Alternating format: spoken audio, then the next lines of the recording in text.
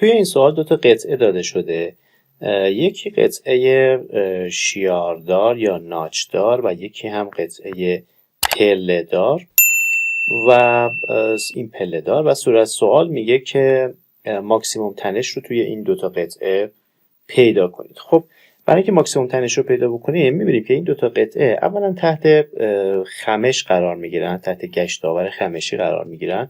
پس من مقدار گشتاور رو حساب کنم. ابتدا m برابر با گشتاور به صورت کوپل داره وارد میشه، پس برابر با یکی از نیروها ضرب در بازوشون که هست 2.5 اینچ.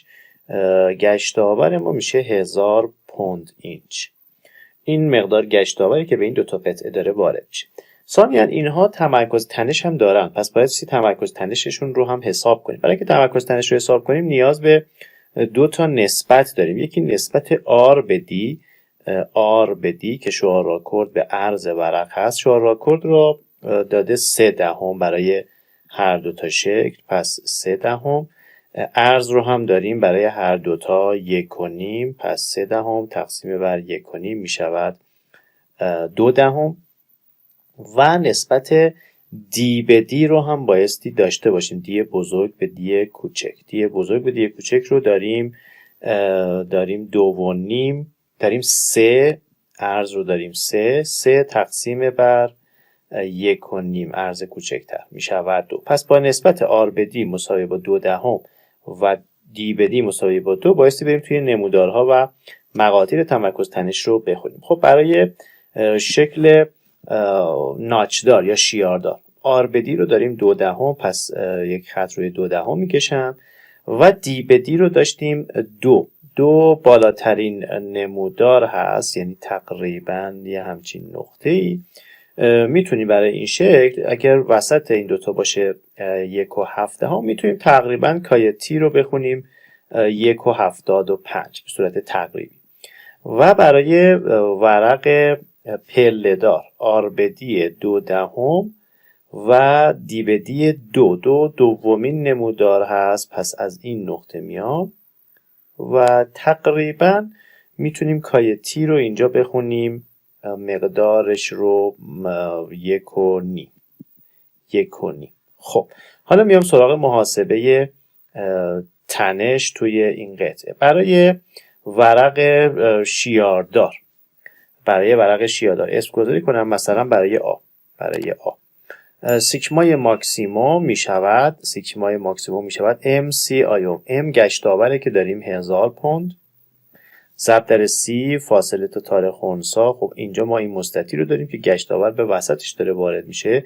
تار خنثی میشه نصف 1.5، پس ضرب در 1.5 دوم میشه M ضرب در C تقسیم بر آی. مومان اینرسی میشه 1/12 عرض ورق که هست نیم ضرب در ارتفاع مستطیل که هست 1.5 به توان 3 1/12 BH3.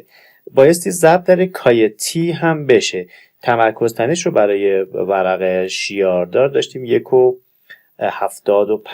پس ضرب در 1.75 هم بایستی بکنیم. اگر این مقدار رو انجام بدیم محاسبه کنیم مقدارش میشه 1000 ضرب در 1.5 ضرب در 12 ضرب در 1.75 تقسیم بر 2 ضرب در نیم میشه 1 ضرب تقسیم بر 1.5 به توان 3 میشه تقریبا 9333 PSI. این تنش توی ورق شیاردار. برای ورق پله‌دار من اسم گذاری بکنم B. سیگمای ماکسیموم میشود مجدد M همون 1000 هست، C فاصله تا تار خنثی گشتاور اینجا داره وارد میشه 1.5 دوم. I مومان اینرسی 1/12 B H3 ارتفاع به توان 3. فقط تمرکز تنش اینجا هست 1.5. توی قبلی 1.75 بود، اینجا 1.5 هست. خب مقدار تنش می شود 1000 ضرب در 1.5 ضرب در 12 ضرب در 1.5 تقسیم بر 1.5 به توان 3. مقدار تنش می شود تقریبا 8000 PSI. این هم تنش توی این دوتا قطعه.